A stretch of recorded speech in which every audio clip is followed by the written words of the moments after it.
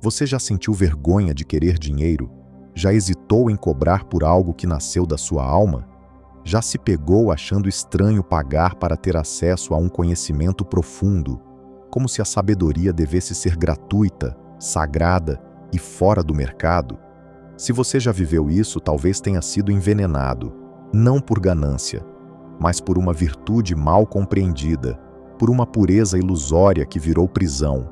E neste episódio, vamos acender a lanterna nesse labirinto, porque negar o dinheiro é, muitas vezes, negar a si mesmo.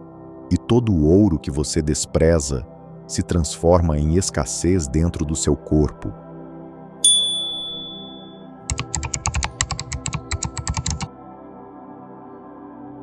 Durante anos, fui ensinada a desconfiar do dinheiro, a vê-lo como vilão, como algo que corrompe. Desde pequena, ouvi frases que pareciam cheias de sabedoria. Dinheiro não traz felicidade. Quem enriquece perde a alma. A espiritualidade verdadeira vive do essencial. E eu acreditei. Quando comecei a despertar, a buscar respostas além da matéria, isso se intensificou. Tudo que parecia ligado ao mundo financeiro carregava um cheiro de impureza, um peso ético, quase uma traição ao caminho espiritual. Parecia absurdo pagar por um curso espiritual, absurdo monetizar uma prática de cura, como se o simples ato de aceitar dinheiro manchasse o sagrado. Mas havia algo oculto nisso, algo não dito, porque mesmo me afastando do dinheiro, ele continuava regendo o mundo à minha volta. Ele decidia o que eu podia comer, onde podia morar, quais livros podia ler, e a falta dele começou a drenar minha energia. Tive que admitir, meu corpo vibrava escassez, mesmo enquanto minha mente buscava o infinito. Meu espírito queria voar, mas as contas por pagar me mantinham no chão.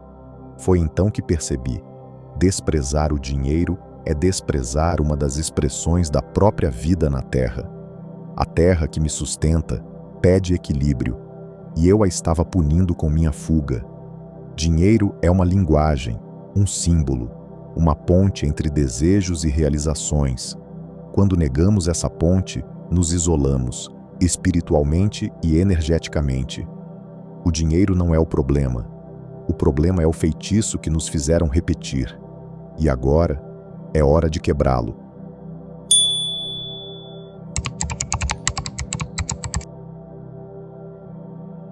Quando olho para trás, lembro do primeiro momento em que senti culpa por receber. Era uma doação, algo simples, mas dentro de mim ecoava uma voz. Você não deveria aceitar isso. Como se abrir-se à abundância fosse egoísmo, como se a pureza morasse apenas na renúncia. E foi aí que começou o veneno. Um veneno suave, sorrateiro, mas profundo. Ele se vestia de humildade, mas escondia medo. Ele falava de simplicidade, mas cultivava escassez. Esse feitiço tem raízes antigas. Cresceu sob o solo das religiões que prometeram o paraíso aos pobres e lançaram culpa sobre os que possuíam. Se infiltrou nas frases dos nossos avós, nas novelas, nas músicas, nos sermões de domingo e depois nos livros de autoajuda, na espiritualidade moderna, no silêncio envergonhado de quem quer viver bem, mas tem medo de parecer ganancioso. A escassez foi santificada, a dificuldade virou medalha, a pobreza, símbolo de pureza, e quem ousasse prosperar era julgado como alguém que se vendeu. Mas e se essa renúncia ao dinheiro fosse, na verdade, uma renúncia à vida? E se o medo de possuir escondesse um medo ainda maior? O medo de se expandir, de ser visto, de assumir seu próprio poder de criação? Negar o dinheiro não nos libertou, só nos tornou dependentes de estruturas invisíveis. Rejeitamos o ouro, mas não rejeitamos a energia que ele representa.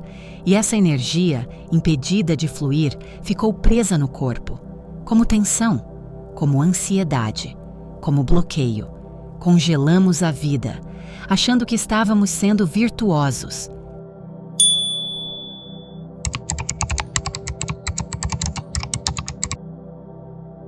Foi só quando entendi que dinheiro é energia vital em forma simbólica que tudo começou a mudar. Não é apenas um papel, é uma concentração de energia, de tempo, de atenção, de movimento. Quando fluindo com consciência, ele se torna extensão do nosso propósito, mas quando congelado por medo ou culpa, vira prisão. E então eu vi: o mesmo dinheiro que destrói florestas pode também financiar reflorestamentos. A mesma nota que compra silêncio pode financiar a palavra certa. Tudo depende da consciência de quem o direciona. O dinheiro é neutro. O campo é neutro. Nós é que damos carga. E aí, comecei a perceber os hábitos sutis de autossabotagem. Não cobrar o justo, sempre oferecer mais do que recebo, sentir culpa ao receber elogios, medo ao colocar preço no que crio. Era como se eu dissesse ao universo: eu não mereço isso. E o universo, obediente, respondia. Entendi que a verdadeira humildade não é pobreza, é lucidez. É saber que posso servir ao mundo com abundância, que posso prosperar sem perder a alma, que posso vender sem me vender. A abundância não corrompe, ela revela, e a escassez também. E foi nessa revelação que reencontrei o dinheiro como aliado.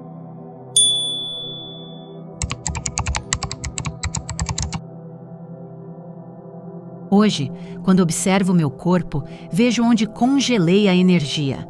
O aperto no peito quando falam de contas, a tensão nos ombros ao pensar em preços, o desconforto de cobrar. É ali que mora a verdade. O corpo não mente. Ele guarda os resquícios de cada crença envenenada. Mas também carrega a chave, porque é no corpo que começamos a curar. Quando respiramos com consciência, quando nomeamos o medo, quando ousamos abrir a mão para receber. O corpo é o altar da abundância. E talvez seja por isso que o dinheiro sempre esteve tão ligado ao instinto, ao chakra raiz, à sobrevivência. Porque é ali, na base, que aprendemos a confiar. E se não confiamos, não recebemos. E se não recebemos, adoecemos. Então hoje, fecho os olhos e digo: eu me autorizo a receber, a crescer, a circular, a prosperar sem culpa. Porque a abundância não é um luxo, é um estado natural. Quando deixamos de resistir ao fluxo da vida.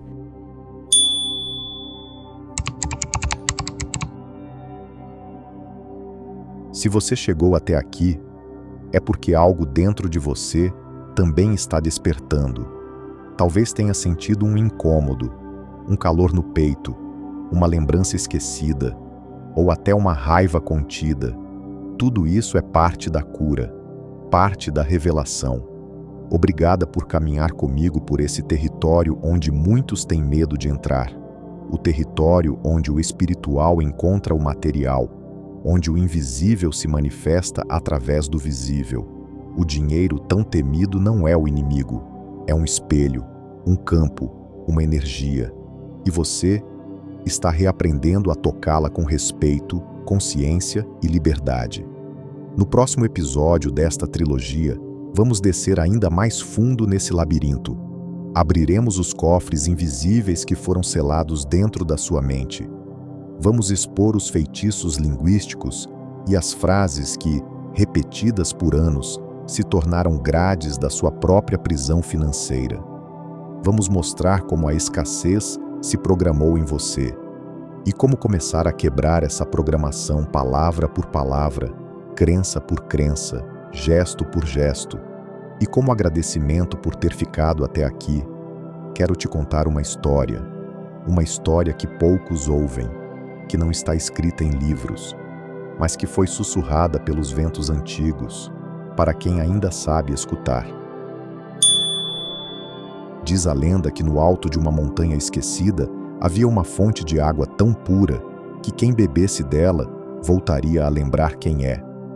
Ninguém sabia quando ela surgira, apenas que sua existência precedia os mapas. Aquela água não era apenas líquida, era viva. Tinha cor de cristal e som de canto antigo. Corria pelas pedras com alegria, como quem dança por saber o caminho. Mas um dia, a fonte ouviu rumores, vozes vindas de abaixo, vozes dos homens, das cidades, das estradas.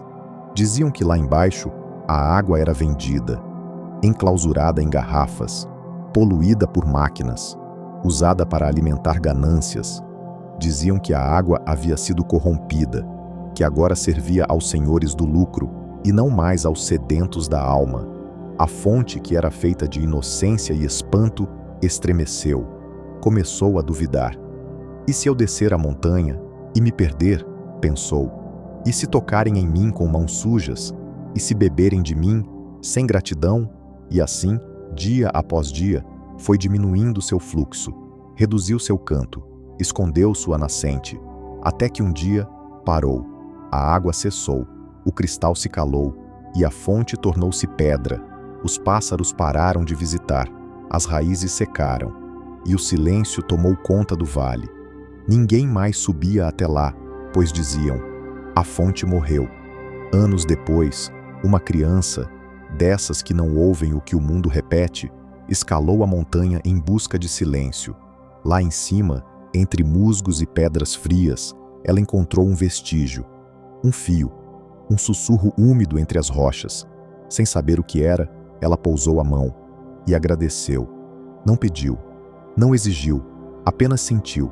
Naquele instante, uma gota escorreu, depois outra e outra, até que, num sopro, a fonte voltou a correr, mas agora mais profunda, mais sábia, pois entendeu: a pureza não está em evitar o mundo, mas em tocá-lo sem se esquecer de quem se é.